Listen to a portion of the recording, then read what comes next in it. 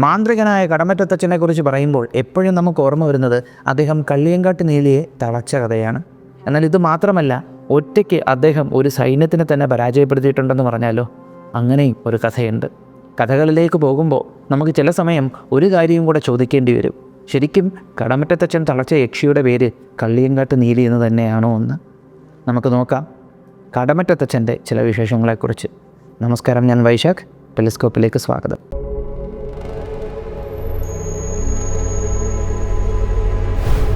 അമാവാസിയുടെ ഇരുണ്ടയാമം കാട്ടിലെ വഴിയിലൂടെ രണ്ടുപേർ നടന്നു പോവുകയായിരുന്നു. അവരുടെ യാത്ര തിരുവനന്തപുരത്ത് നിന്ന് പത്മനാഭപുരത്തിലേക്കാണ്. ആ കാലഘട്ടത്തിൽ തിരുവനന്തപുരത്ത് നിന്ന് പത്മനാഭപുരത്തിലേക്ക് പോകണമെങ്കിൽ കാട് വഴി തന്നെ സഞ്ചരിക്കേണ്ടി വരുമായിരുന്നു. ഇതിലൊരാളാകട്ടെ അല്പം ധൈര്യവും പറഞ്ഞു കേൾക്കുന്ന കഥകളിൽ വലിയ വിശ്വാസവുമില്ലാത്ത ഒരു ചെറുപ്പക്കാരനായിരുന്നു. കൂടെ ഉണ്ടായിരുന്ന ആളോ, അയാൾക്ക് നല്ല വിശ്വാസമുള്ള ആളും. രണ്ടുപേരും ചൂട്ട് വീശി ഇങ്ങനെ നടന്നുകൊണ്ടിരുന്നപ്പോൾ കൂടെയുള്ളവൻ ഇങ്ങനെ എന്തോ പെറുപിറുക്കുന്നുണ്ടായിരുന്നു. ഇവൻ ചോദിച്ചു, നീ എന്തായി പെറുപിറുക്കുന്നേ? ഞാൻ പ്രാർത്ഥിക്കുകയാണ് നമ്മുടെ രക്ഷയ്ക്ക് വേണ്ടി. ഇത് കേട്ട അയാൾ ചുറ്റിനും നോക്കിയിട്ട് പറഞ്ഞു, വന്യമൃഗങ്ങളെ ഒന്നും കാണുന്നില്ലല്ലോ, പിന്നെ എന്തിനാ നീ പ്രാർത്ഥിക്കുന്നേ? ഞാൻ പ്രാർത്ഥിക്കുന്നത് വന്യമൃഗങ്ങളിൽ നിന്ന് നമ്മളെ രക്ഷിക്കാൻ വേണ്ടിയല്ല, മറ്റൊന്നിൽ നിന്ന് നമ്മളെ രക്ഷിക്കാൻ വേണ്ടിയാണ്. പെട്ടെന്ന് അവിടെ നല്ലൊരു മണം വന്നു. ചിലങ്കയുടെ ശബ്ദവും കേട്ടു. ഒരു സ്ത്രീ ശബ്ദം. അതെ, ഒന്ന് നിൽക്കണേ. തിരിഞ്ഞു നോക്കിയപ്പോൾ അതിസുന്ദരിയായിട്ടുള്ള ഒരു സ്ത്രീയെയാണ് കണ്ടത്. അവൾ ചില ആഭരണങ്ങളൊക്കെ അണിഞ്ഞിട്ടുണ്ടായിരുന്നു. അവളുടെ മുഖത്ത് ഒരു ചിരിയുമുണ്ടായിരുന്നു, ആരെയും വശീകരിക്കുന്ന പോലൊരു ചിരി. കൂട്ടത്തിലുള്ള ധൈര്യശാലി ആ സ്ത്രീയെ അടിമുടിയൊന്ന് നോക്കി. അവളുടെ വസ്ത്രധാരണവും രീതികളും കണ്ടിട്ട് ഒരു വേശ്യസ്ത്രീയാണെന്ന് മനസ്സിലായി. അങ്ങനെ വേശ്യസ്ത്രീയെപ്പോലെ വേഷം ധരിച്ചിരിക്കുന്ന ആ ഒരു സ്ത്രീയുടെ അടുത്തേക്ക് ഈ ധൈര്യശാലി ധൈര്യമായിട്ട് നടന്നുപോയി. രാത്രി സമയം കൂട്ടിനൊരാൾ കൂടെ വന്നാൽ നല്ലതാണല്ലോ. അപ്പോൾ ഒരു ചിരിയോടുകൂടി ഇയാൾ പതുക്കെ അടുത്തേക്ക് ചെന്നിട്ട്, നീ ആരാ എന്ന് ചോദിച്ചു. അപ്പോൾ ഒരു ചിരിയോടുകൂടി ഇവൾ പറഞ്ഞു, ഞാനിതുവഴിയൊന്ന് പോയതാ, പിന്നെ എനിക്കൊന്ന് മുറുക്കണമായിരുന്നു, അതിന് കുറച്ച് ചുണ്ണാമ്പ് വേണം, ചുണ്ണാമ്പുണ്ടോ എന്ന് ചോദിച്ചു.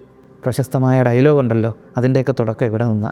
അപ്പോൾ ചുണ്ണാമ്പുണ്ടോ എന്ന് ചോദിച്ചു. ചുണ്ണാമ്പോ എന്ന് ചോദിച്ചപ്പോൾ അവൾ ചെറുതായിട്ട് ഒന്ന് ചിരിച്ചു. അവളുടെ ചിരിയിൽ മയങ്ങിപ്പോയിട്ടാണോ എന്നറിയത്തില്ല, യാന്ത്രികമായി ഇയാൾ തൻ്റെ മുറുക്കാൻ പെട്ടിയിൽ നിന്ന് കുറച്ച് ചുണ്ണാമ്പെടുത്ത് അവൾക്ക് കൊടുത്തു. അവൾ ആ ചുണ്ണാമ്പെടുത്ത് വെറ്റിലയിൽ ഇങ്ങനെ തേച്ചുകൊണ്ടിരുന്നപ്പോൾ അവർക്കിടയിൽ കുശലാന്വേഷണങ്ങളുണ്ടായി. ഈ സമയം ഭയന്നിരുന്ന ഒരു വ്യക്തി ഇയാൾ ഉറക്കെ തൻ്റെ കൂട്ടുകാരനെ വിളിക്കുകയാണ്. എടാ, സമയം കളയണ്ട, വാ, നേരം നന്നേ വൈകി, അമാവാസി രാത്രിയും കൂടെയാ, ചൂട്ടണയുന്നതിന് മുമ്പ് കാട് കടക്കണം എന്ന് പറഞ്ഞു. അപ്പോൾ ഇയാൾ പറഞ്ഞു, ഇന്നിനി പോണോ? കൂട്ടിനൊരാളായില്ലേ, നിനക്ക് പേടിയാണെങ്കിൽ നീ അവിടെ നിന്നോ, ഞാനിവളോട് സംസാരിച്ച് ഇന്നിവിടെ കൂടാന്നാണ് വിചാരിക്കുന്നത് എന്ന് പറഞ്ഞു. ഇത് കേട്ടിട്ട് ആ പെണ്ണും ചിരിച്ചു. അവൾ പറഞ്ഞു, തൻ്റെ മനസ്സിലിരിപ്പ് കൊള്ളാമല്ലോ, ആയിക്കോട്ടെ, കുറച്ചുകൂടെ ചുണ്ണാമ്പ് തരൂ എന്ന് പറഞ്ഞു. ഓ, അപ്പോൾ ഇനിയും നിനക്ക് ചുണ്ണാമ്പ് വേണോ എന്ന് പറഞ്ഞുകൊണ്ട് ഇയാൾ തൻ്റെ കയ്യിലുണ്ടായിരുന്ന തീപ്പന്തം അവിടെ ഒരു സ്ഥലത്ത് ഇങ്ങനെ ഉറപ്പിച്ച് വെച്ചു. എന്നിട്ട് മുറുക്കാൻ പെട്ടിയിൽ നിന്ന് വീണ്ടും ചുണ്ണാമ്പെടുത്തിട്ട് മുറുക്കാൻ പെട്ടി അടച്ച് സഞ്ചിയിലേക്ക് വെച്ചു. എന്നിട്ട് ആ തീപ്പന്തം എടുത്തുകൊണ്ട് തിരിഞ്ഞപ്പോൾ സുന്ദരിയായ സ്ത്രീയുടെ കണ്ണ് ചുവന്നിരിക്കുന്നു, അവളുടെ ചുണ്ട് ചുവന്നിരിക്കുന്നു, പല്ലുകളാകട്ടെ ദംഷ്ട്രങ്ങൾ പോലെ ഇരിക്കുന്നു. പെട്ടെന്ന് കാടിനെ ഭയപ്പെടുത്തുന്നത് പോലെ അവളൊന്ന് അലറി. ഇയാളുടെ കഴുത്തിന് കുത്തിപ്പിടിച്ച് അവൾ കാട്ടിലേക്ക് ഇരച്ചു കയറി ഇങ്ങനെ പോയപ്പോൾ കൂടെ ഉണ്ടായിരുന്നവൻ ഭയന്നുപോയി. ഈ കഥ കടമറ്റം പള്ളിയുടെ മുന്നിൽ നിന്നുകൊണ്ട് അയാൾ പറഞ്ഞുകൊണ്ടിരുന്നപ്പോഴും അയാളുടെ ദേഹത്തുള്ള വിറമാറിയിരുന്നില്ല. ഇത് കേട്ടുനിന്ന തേജസ്വിയായിട്ടുള്ള ആ കത്തനാർ അയാളോട് ചോദിച്ചു, പിന്നെ എന്താണ് ഉണ്ടായത്? പറയാം കടമറ്റത്തച്ചോ എന്ന് പറഞ്ഞിട്ട് കടമറ്റത്ത് കത്തനാരോട് സംഭവിച്ച കഥയുടെ ബാക്കി അയാൾ പറയാനൊരുങ്ങി. രാത്രി നന്നേ ഭയന്നു. എന്താണ് ഉണ്ടായത് എന്നറിയത്തില്ല. അവളെ അവൻ വലിച്ചു കൊണ്ടുപോയി. പക്ഷേ വലിച്ചു കൊണ്ടുപോകുന്നതിന് മുമ്പ് അവളൊന്ന് അട്ടഹസിക്കുകയും അലറുകയും ചെയ്തായിരുന്നു. അപ്പോൾ ഭയന്നുകൊണ്ട് തൻ്റെ കൂട്ടുകാരന് കുഴപ്പമൊന്നും ഇല്ലല്ലോ എന്ന് ഉറപ്പുവരുത്തുവാനായി തീപ്പന്തവുമായി ഉള്ളിലേക്ക് പോയപ്പോൾ അവിടെ അവന് കാണാൻ കഴിഞ്ഞത് സുന്ദരിയായിട്ടുള്ള ആ ഒരു ചെറുപ്പക്കാരിയല്ലായിരുന്നു, മറിച്ച് കണ്ടാൽ ഭയപ്പെട്ടു പോകുന്ന ഉഗ്രരൂപിയായ ഒരു യക്ഷിയായിരുന്നു. ഇത് കണ്ട് സഹിക്കാനാകാതെ ഭയന്ന് വിറച്ചുകൊണ്ട് കയ്യിലെ തീപ്പന്തവും വീശി അറിയാവുന്ന സകല ദൈവങ്ങളെയും വിളിച്ചുകൊണ്ട് അയാൾ കാട്ടിനു പുറത്തേക്ക് ഓടി. ആരോ ചെയ്ത പുണ്യം, അയാൾ രക്ഷപ്പെട്ടു. ഇയാൾ നാട്ടിൽ ചെന്ന് ഈ കാര്യങ്ങളൊക്കെ പറഞ്ഞു.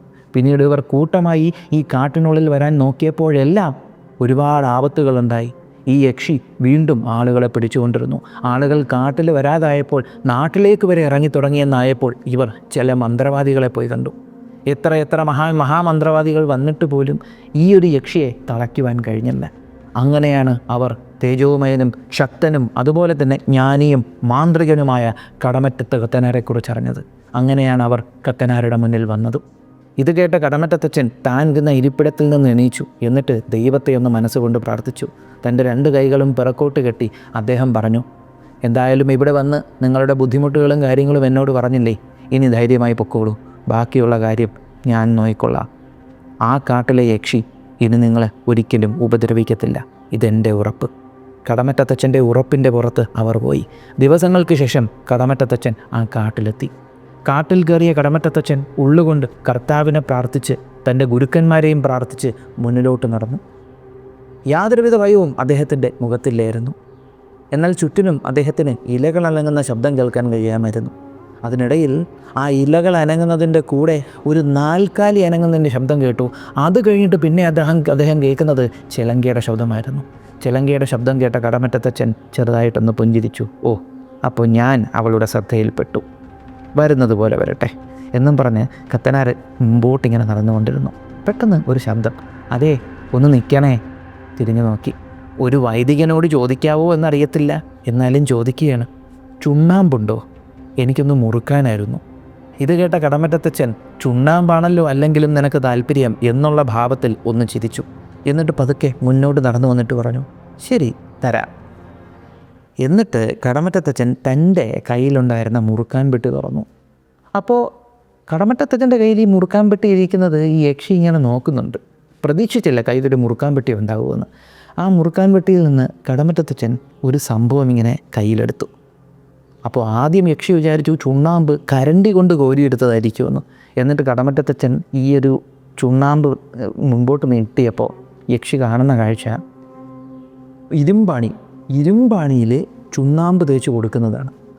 ഇതിൽ നിന്നെടുത്തോ, എനിക്ക് കയ്യിൽ പറ്റിക്കാൻ താല്പര്യമില്ല എന്ന ഭാവത്തിൽ കടമറ്റത്തച്ഛൻ നിന്നു. യക്ഷി ഈ ചുണ്ണാമ്പ് എടുക്കാനായിട്ട് ചെറുതായിട്ടൊന്ന് മടിച്ചു, കാരണം ഇരുമ്പാണിയാണല്ലോ. എന്നാലും രണ്ടും കൽപ്പിച്ച് യക്ഷി ഇരുമ്പാണിയിൽ നിന്ന് ഈ ഒരു ചുണ്ണാമ്പ് എടുക്കുന്ന സമയം ആ ഇരുമ്പാണിക്ക് ചുറ്റും എന്തോ എഴുതിയേക്കുന്നത് പോലെ ചുമന്ന നിറത്തിൽ അതൊന്ന് തിളങ്ങി. യക്ഷി അത് ശ്രദ്ധിച്ചു. ഈ ചുണ്ണാമ്പ് കയ്യിലെടുത്തതും യക്ഷി ഇങ്ങനെ സ്റ്റക്കായി നിന്നപ്പോൾ കടമറ്റത്തച്ഛൻ ചിരിച്ചുകൊണ്ടിരുന്നു. യക്ഷിക്ക് അനങ്ങാൻ പറ്റുന്നില്ല. അപ്പോഴാണ് അവൾ മനസ്സിലാക്കിയത് കടമറ്റത്തച്ഛൻ്റെ ബന്ധനത്തിലായി കഴിഞ്ഞു അവൾ. അടുത്ത നിമിഷം കടമറ്റത്തച്ഛൻ ഈ ആണി കയ്യിലെടുത്ത് വീണ്ടും എന്തോ ജപിച്ചപ്പോൾ ആ ആണി നീല നിറത്തിൽ തിളങ്ങാനൊരുങ്ങി. നിറത്തിൽ തിളങ്ങുന്ന ആ ആണി കടമറ്റത്തച്ഛൻ ആ യക്ഷിയുടെ ശിരസിലേക്ക് എറിഞ്ഞപ്പോൾ ആ ആണി നേരെ പോയി അവളുടെ ഉച്ചിയിൽ തറച്ചു കയറി. ആ നിമിഷം അവൾ അവിടെ തളയ്ക്കപ്പെടുകയാണ്. കടമറ്റത്തച്ഛൻ തൻ്റെ കൈ കൊണ്ടിങ്ങനെ ആംഗ്യം കാണിച്ചപ്പോൾ ആ യക്ഷി അതിനനുസരിച്ച് അനങ്ങുന്നു. ഉറപ്പുവരുത്തിയതാണ് പൂർണ്ണമായും തൻ്റെ ബന്ധനത്തിലായെന്ന്. അങ്ങനെ പൂർണ്ണമായും കടമറ്റത്തച്ഛൻ്റെ ബന്ധനത്തിലായ ആ ഒരു യക്ഷിയുമായി കടമറ്റത്തച്ഛൻ തൻ്റെ ബന്ധുവീട്ടിലേക്ക് പോവുകയാണ്. ഒരു നീണ്ട യാത്രയാണ് തിരിച്ച്. ആ പോകുന്ന വഴിക്ക് തൻ്റെ ബന്ധുവീട്ടിൽ നിന്ന് കഴിക്കാനായി കയറി. ബന്ധുവീട്ടിലുണ്ടായിരുന്നത് പ്രായമായ തൻ്റെ അമ്മായി മാത്രമായിരുന്നു, കടമറ്റത്തച്ഛൻ്റെ അമ്മായി പറഞ്ഞു, പൗലോസേ, ഇപ്പം നീ വലിയ കടമറ്റത്ത് കത്തനാരൊക്കെ ആയെന്നറിഞ്ഞു, ഒരുപാട് സന്തോഷം. ഏതായി പെണ്ണ് എന്ന് ചോദിച്ചു. അപ്പോൾ കടമറ്റത്തച്ഛൻ പറഞ്ഞു, ഇവൾ എൻ്റെ അടിമയാണെന്ന് പറഞ്ഞു. അടിമയെന്നേ പറഞ്ഞോളൂ, യക്ഷി എന്നുള്ള കാര്യം പറഞ്ഞില്ല. അപ്പോൾ ഈ ഒരു വൃദ്ധയായിട്ടുള്ള അമ്മായി ചോദിച്ചു, ഇവിടെ ഒരു വേലക്കാരിയെ വെക്കണം എന്നും പറഞ്ഞ് ഞാൻ ഇരിക്കുകയായിരുന്നു, അപ്പോൾ ഇവളെ എനിക്ക് തരാമോ? ഞാനിവളെ എൻ്റെ മോളെപ്പോലെ നോക്കിക്കൊള്ളാം എന്ന് പറഞ്ഞു. അങ്ങനെ കടമറ്റത്തച്ഛൻ പറഞ്ഞു, എന്നാൽ പിന്നെ അങ്ങനെ തന്നെ ആയിക്കോട്ടെ എന്ന് പറഞ്ഞു. അങ്ങനെ ഈ ഒരു യക്ഷിയെ കടമറ്റത്തച്ഛൻ അമ്മായിയെ ഏൽപ്പിച്ചു. അമ്മായി ഈ യക്ഷിയെ സ്വന്തം മോളെപ്പോലെ കണ്ടു. എന്നിട്ട് ഇവർ രണ്ടുപേരും കൂടെ കടമറ്റത്തച്ഛൻ ഊണ് വിളമ്പി. അപ്പോൾ ഊണൊക്കെ വിളമ്പിയ കടമറ്റത്തച്ഛൻ ഊണൊക്കെ കഴിച്ച്, അതായത് കുളിച്ചൊക്കെ ഫ്രഷായി വന്ന് ഊണൊക്കെ കഴിച്ച് പോയി കിടന്നൊന്ന് ഉറങ്ങി. ഈ ഉറങ്ങിയ സമയത്ത് സ്നേഹത്തിൻ്റെ പുറത്ത് ഈ അമ്മായി യക്ഷിയുടെ തലമുടി ചീകി കൊടുത്തു. ചീകുന്നതിൻ്റെ കൂട്ടത്തിൽ ഒരാണി കണ്ട്. അപ്പോൾ ഈ ആണി തലയിൽ ഈ തറച്ചിരിക്കുന്നല്ലേ മോളെ, നിനക്ക് വേദനിക്കുന്നോ എന്നും പറഞ്ഞ് ആണി വലിച്ച് ഊതിയതും ഈ യക്ഷി അങ്ങ് അപ്രത്യക്ഷമായി. അപ്പോഴാണ് ഈ അമ്മായിക്ക് എന്നെ അറിയാൻ പറ്റിയത് അതൊരു മനുഷ്യ സ്ത്രീ അല്ലായിരുന്നു, കടമറ്റത്തച്ഛൻ കൊണ്ടുവന്ന യക്ഷിയായിരുന്നു എന്ന്. ഈ കാര്യം അറിഞ്ഞ കടമറ്റത്തച്ഛൻ പെട്ടെന്ന് തന്നെ അവിടെ നിന്ന് പുറത്തേക്കിറങ്ങിയിട്ട് അദ്ദേഹം അന്തരീക്ഷം മുഴുവനും ഒന്ന് നോക്കി. വടക്ക് ദിശയ്ക്ക് എന്തൊക്കെയോ ഭാവമാറ്റങ്ങൾ. കടമറ്റത്തച്ഛൻ മനസ്സിലാക്കിയാണ് അവൾ വടക്ക് ദിശയിലേക്കാണ് പോയത്. കടമറ്റത്തച്ഛൻ അതിവേഗത്തിൽ മുൻപോട്ട് നടന്നപ്പോൾ യക്ഷി അദ്ദേഹത്തിൻ്റെ ദൃഷ്ടിയിൽപ്പെട്ടു.